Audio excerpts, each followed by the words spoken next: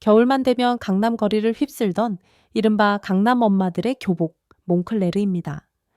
로고 하나에 200만 원이 우스운 이 귀하신 몸의 시작이 사실은 공장 직원들이 얼어 죽지 않으려고 텐트 조각을 기워 만든 작업복이었다는 사실 알고 계셨나요?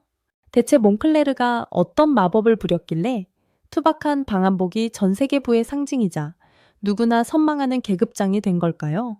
몽클레르가 우리 지갑을 열게 만든 치밀한 계산, 그 비밀을 따라가 보겠습니다. 1952년 프랑스 알프스의 작은 산골 마을인 모네스티에 드 클레르몽에 있던 몽클레르의 첫 공장은 명품 매장과는 거리가 아주 멀었어요. 그곳은 화려한 옷을 만드는 의상실이 아니라 산악인들이 쓸 텐트와 침낭을 묵묵히 기워내던 투박한 장비 공장이었죠. 공장 안은 바깥만큼이나 차가웠고 미신기 속의 기름은 수시로 꽁꽁 얼어붙었습니다. 직원들은 딱딱하게 굳은 기름 때문에 바늘이 부러질 때마다 시린 손을 호호 불며 기계를 달래야 했죠. 견디다 못한 직원들은 살기 위해 기발한 짓을 벌여요. 텐트를 만들고 남은 자투리 퀼팅 원단을 잘라 그 안에 거위털을 쑤셔 넣고는 몸에 두르기 시작한 겁니다. 패션이라기보다는 마치 텐트를 입고 출근한 듯한 우스꽝스러운 차림새였죠. 하지만 이 우스운 방한복이 훗날 전 세계 여성들의 로망이 될 줄 그때 그 직원들이 단 한 명이라도 알았을까요? 이 누더기 같은 옷의 잠재력을 알아본 건 전설적인 탐험가 리오넬 테레이였어요. 그는 노동자들이 입은 그 투박한 손뭉치가 영하의 냉기를 완벽하게 차단하는 것을 보고 무릎을 쳤습니다. 그는 곧장 공장으로 달려가 눈대중으로 천을 자르던 직원들의 손에 정밀한 도안을 쥐어주었죠.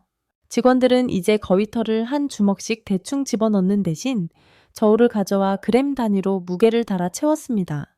바늘땀 사이사이 가둘 공기의 양까지 계산하며 혹독하게 공정을 몰아붙이자 투박한 손바지는 비로소 산악인을 지키는 강력한 장비로 거듭나게 됩니다.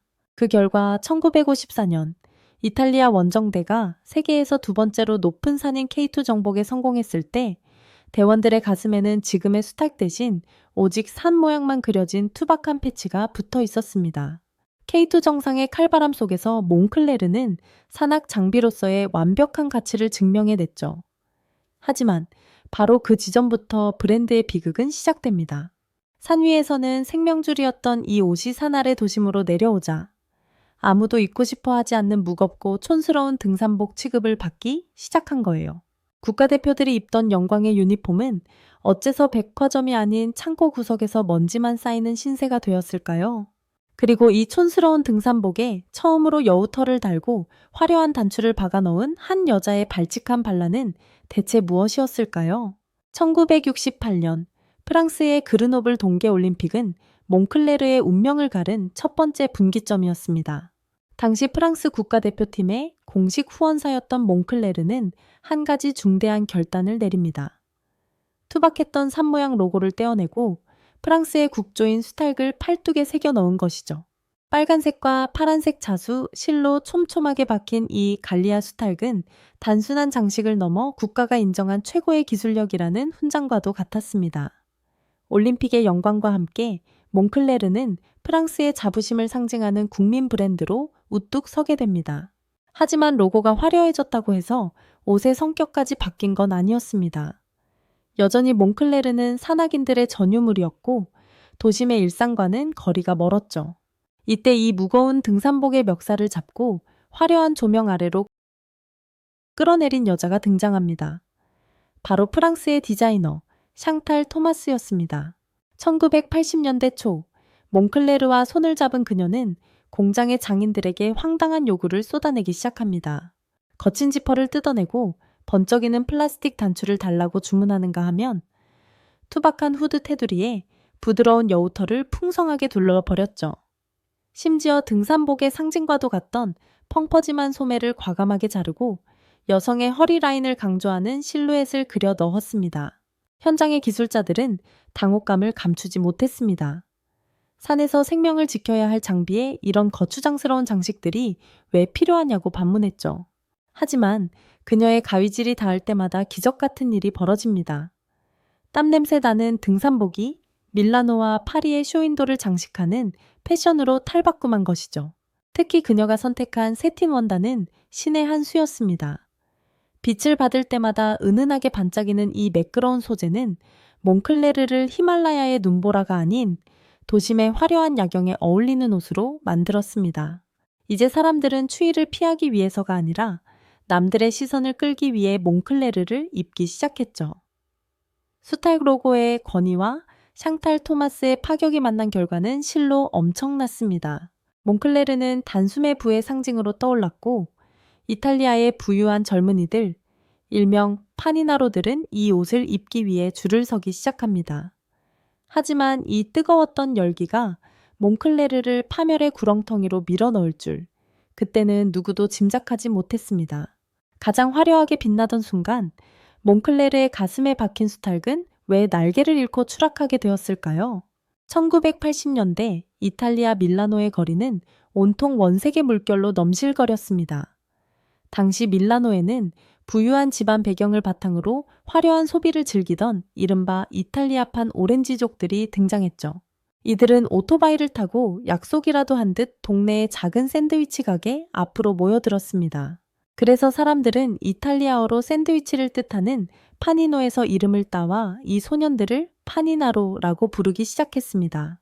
그리고 이 파니나로들이 교복처럼 입고 있던 옷이 바로 총천연색의 몽클레르 패딩이었습니다. 당시 몽클레르의 인기는 그야말로 광기에 가까웠어요.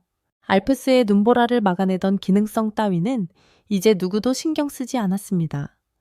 오직 형광빛이 감도는 몽클레르를 입고 고급 오토바이에 올라타야만 밀라노의 진짜 주인공 대접을 받을 수 있었죠. 밀려드는 주문에 몽클레르 본사는 앉아서 돈을 쓸어 담았습니다. 생산 라인을 아무리 돌려도 터져 나가는 수요를 감당하기 벅찰 정도였으니까요.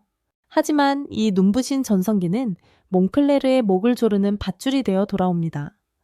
누구나 몽클레르를 원하자 시장에는 조잡한 짝퉁이 범람하기 시작했죠. 어제는 명품관 쇼윈도에 걸려있던 옷이 오늘은 길거리 좌판에서 헐값에 팔려 나갔습니다.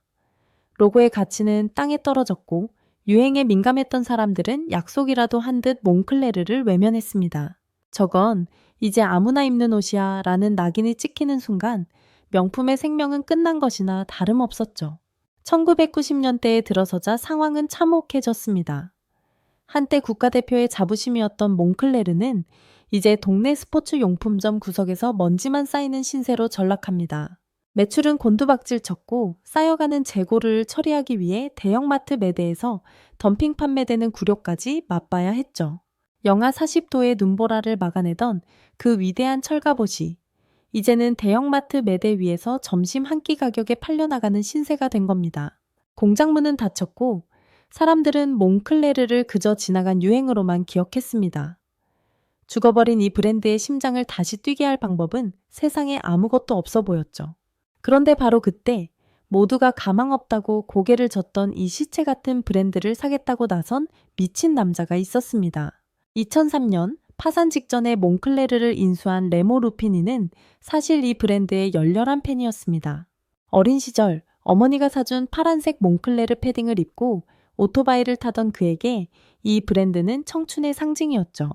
하지만 경영자로서의 루피니는 단호했습니다. 인수를 마치자마자 그는 남아있던 마지막 매출마저 제 손으로 끊어냈습니다. 가장 먼저 한 일은 판매 중단이었습니다. 전 세계 2천여 개의 스포츠 용품점에 납품 중단을 통보했죠. 앞으로 우리 옷을 팔지 마세요. 당장 한 푼의 수입이 아쉬운 상황에서 스스로 밥줄을 잘라낸 겁니다. 시장 바닥에 굴러다니는 이미지를 지우지 않고선 절대 명품이 될 수 없다는 판단이었죠. 그는 몽클레르를 동네 매장이 아닌 샤넬과 에르메스가 늘어선 최고급 백화점 명품관으로만 밀어넣었습니다. 그 다음 전략은 더 독했습니다. 그는 몽클레르의 가격표를 아예 새로 썼습니다. 기능은 그대로인데 가격만 2배, 3배를 올렸죠. 비쌀수록 더 갖고 싶어지는 명품의 생리를 정면으로 겨냥한 겁니다. 이제 몽클레르는 겨울에 입는 따뜻한 옷이 아니라 자신의 가치를 증명하는 갑옷이 되었습니다. 여기에 쐐기를 박은 건 화려한 변신이었습니다. 루피니는 투박한 산악 장비의 흔적을 지우기 위해 세계적인 디자이너들을 불러 모았습니다. 거위털이 삐져나오던 봉제선 위로 금색 실이 수놓아졌고 패딩은 드레스 코드의 금기를 깨기 시작했습니다. 오페라 하우스와 파티장의 주인공으로 당당히 데뷔한 것이죠. 투박한 방한복이 가장 우아한 자리에 어울리는 예술품으로 인정받는 순간이었습니다. 결과는 대성공이었습니다. 지하 창고에서 곰팡이와 함께 썩어가던 몽클레르는 10년 만에 매출이 수십 배로 뛰어오르며 완벽하게 부활했습니다. 한 남자의 지독한 집념이 텐트 조각으로 만든 작업복을 세상에서 가장 비싼 갑옷으로 바꿔놓은 겁니다. 그런데 이 기적 같은 반전은 단순히 운이 좋아서 일어난 일이었을까요? 몽클레르가 우리에게 던지는 진짜 질문은 따로 있습니다. 레모르피니의 몽클레르는 결코 친절한 브랜드가 아닙니다. 오히려 지독할 정도로 오만하죠. 그는 고객의 편의가 아니라 브랜드의 격을 선택했습니다. 잘 나가던 판매처를 제 손으로 끊어내고 상식 밖의 가격표를 붙인 건 살 테면 사고 말 테면 마라는 식의 선언이었습니다. 하지만 역설적이게도 이 차가운 오만함이 몽클레르를 완성했습니다. 대중의 손이 닿지 않는 곳으로 스스로를 고립시키자 사람들은 비로소 이 브랜드를 성취의 상징으로 받들기 시작한 겁니다. 이제 몽클레르는 히말라야의 설산이 아니라 전 세계에서 가장 화려한 도시의 거리에서 보입니다. 사람들은 더 이상 영하 40도의 추위를 막기 위해 이 옷을 입지 않습니다. 그보다는 이 옷이 상징하는 여유와 계급을 입는 것이죠. 그리고 그 오만한 가격표를 기꺼이 감당할 수 있다는 무언의 증명. 몽클레르는 바로 그 지점을 정확히 파고들었습니다. 결국 몽클레르가 우리에게 파는 건 거위털의 보온성이 아닙니다. 몽클레르라는 이름, 그리고 그 이름을 입는다는 자부심이죠. 비싼 가격표는 그 이름을 더 탐나게 만드는 가장 확실한 장치가 되어줄 뿐입니다.